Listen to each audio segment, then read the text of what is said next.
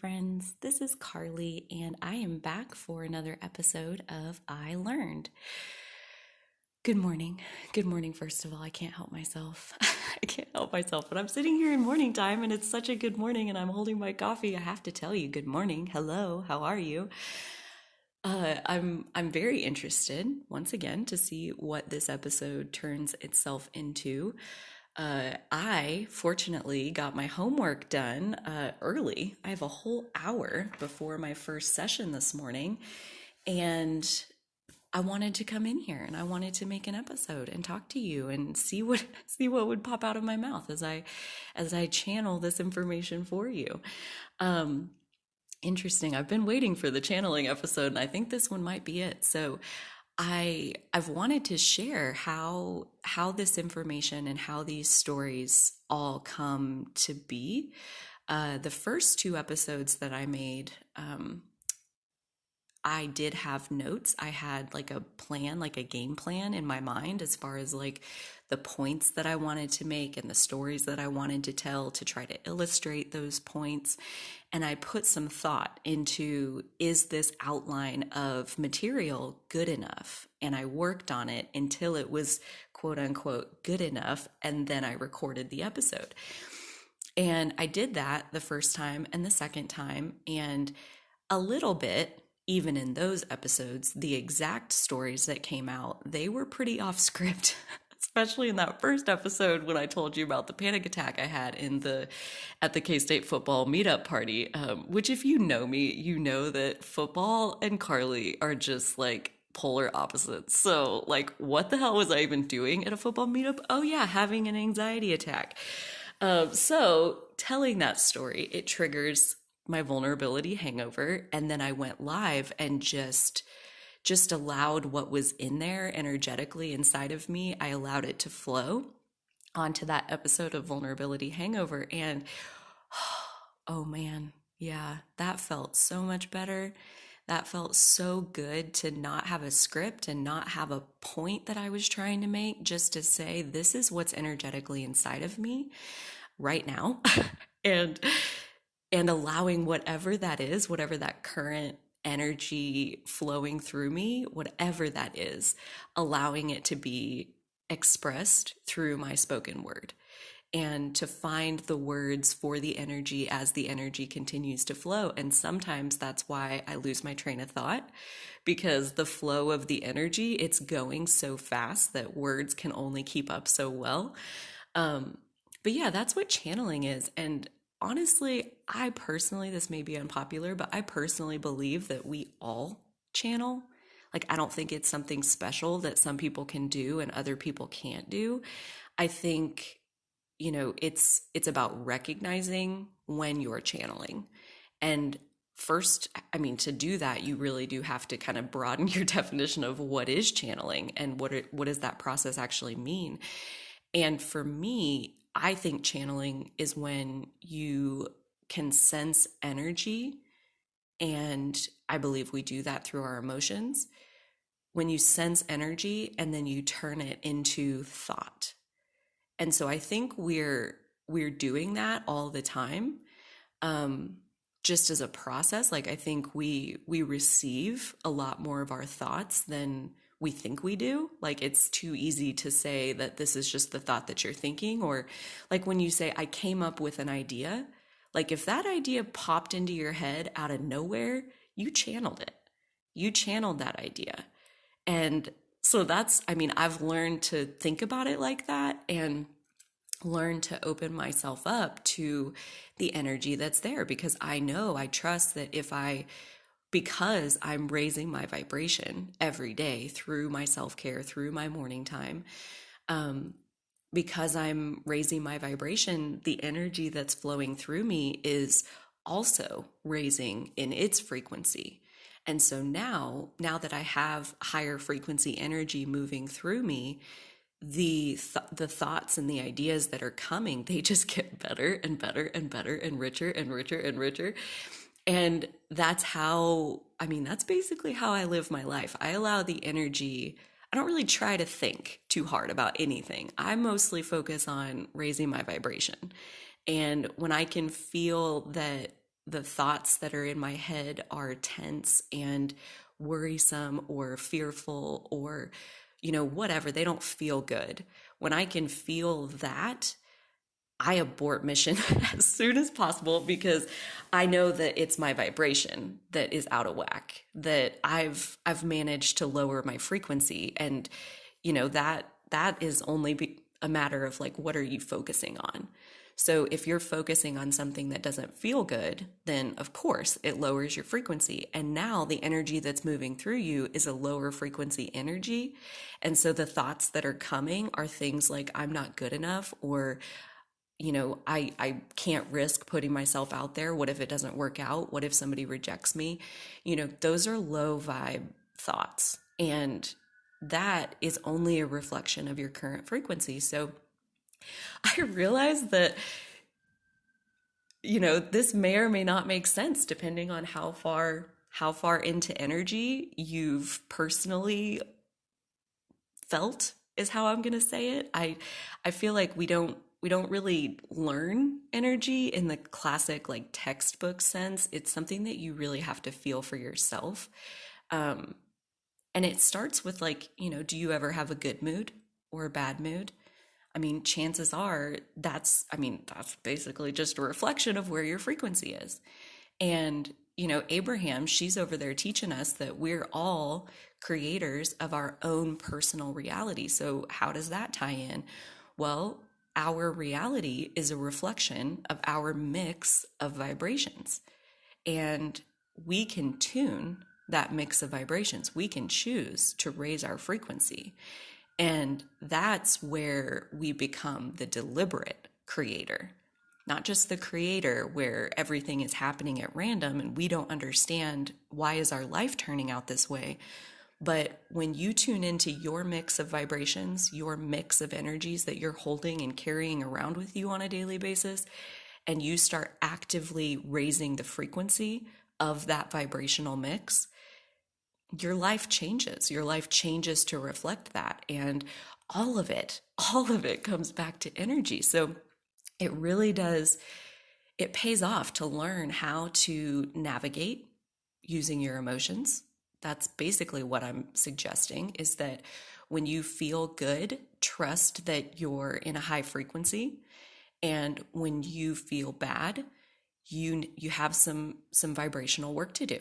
You need to feel better. You need to get happy. You need to get back to a high frequency. So how do you do that? Well, first of all, you probably have to stop focusing on what you were focusing on that caused your vibration to dip. So maybe it's, this relationship with my son isn't what I want it to be, or my husband doesn't get me the way that I want him to get me, or my boss doesn't appreciate my work, or maybe I won't be able to pay my rent. Like, there are so many different ways that we can focus that will lower our vibration, because all of those that I just listed as examples are examples of fearful thoughts where we're not trusting the universe.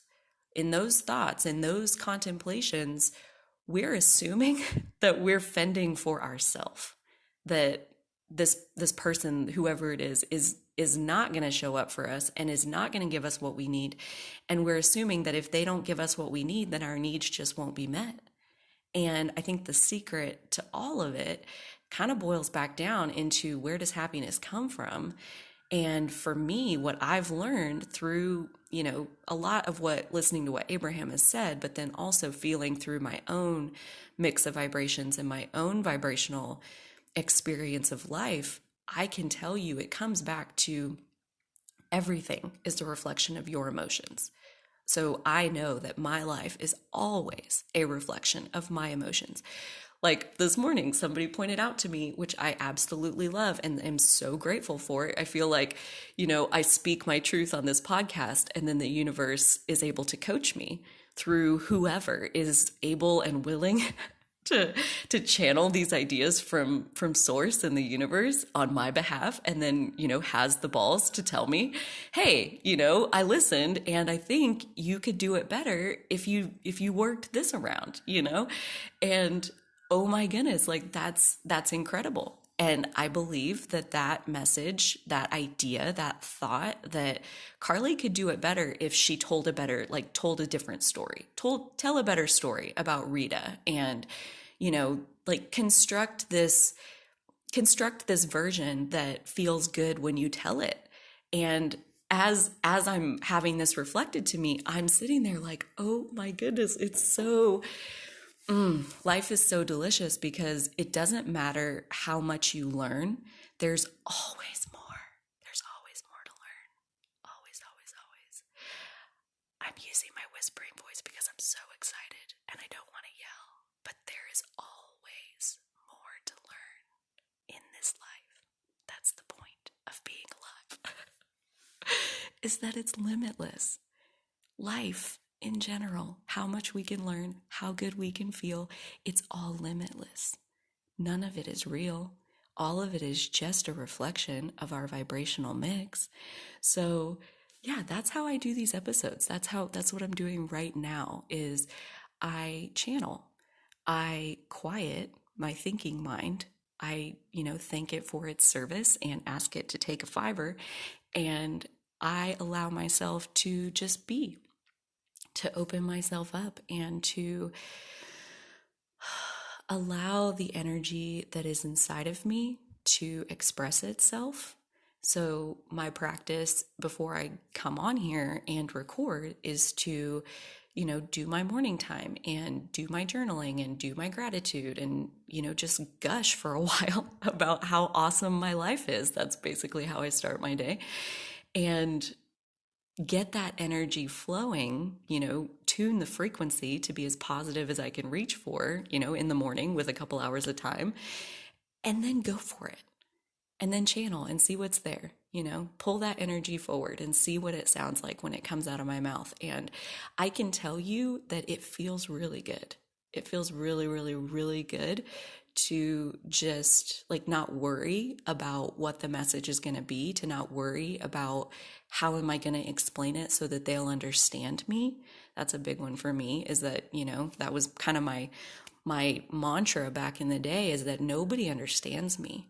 I feel so complex and so in my head and in my own self. Like there's all these different facets to who I am and nobody gets it. And it was like really, really painful. And then I understood, oh my goodness, like it's nobody else's job to get me. It's my job to get me. And that's where I began to understand and learn about self-awareness and how powerful self-awareness really can be. And, I think self-awareness in general, it points us back into ourselves. And what's waiting for you there is all of this rich emotional information that is constantly flowing. And our mood and our emotional reaction to things, it tells us exactly what we need to know. And I can tell you from experience, from what I've learned, is that if it doesn't feel good right now, in the moment that you're thinking about it, it's not going to end well. It's not going to turn out good. So get off that thought, put that project down, put that idea down, and go choose. This is the deliberate creator part. Choose to don't think about that anymore. Choose to pick a subject in this moment right now, not later when this thing resolves itself, when my relationship with my son is better, then I'll feel better. No, that's not being a deliberate creator. That's waiting for the circumstance to change so that you can have a pleasant reaction to it. What I'm suggesting, and this is what Abraham teaches about the deliberate part of being a deliberate creator, is that like trust that your mix of vibrations, your frequency matters. Your frequency is what your entire life is reflecting back to you. So if you're unhappy with the way something has manifested, then you have to raise your frequency to get that manifestation to change. That's the only way, is to raise your personal frequency. That's where self-awareness comes in. So if you're aware that you're focused into a subject that doesn't feel good, then put it down. You don't have to blow it up and throw it away and tell it that I'm never going to talk to you again. No, just put it down. Just walk away from it for just a few minutes and walk towards something that feels good when you think about it. So if that's when I go outside and feel the sun on my face, the world falls away and I'm able to just feel peace for a second. I'm able to feel my own well-being for just a moment. Or maybe it's I'm going to go get a cup of tea and hold the hot cup in my hand and just like take an exhale. Just, let your cork float for a second and let yourself feel good in as many moments as you possibly can.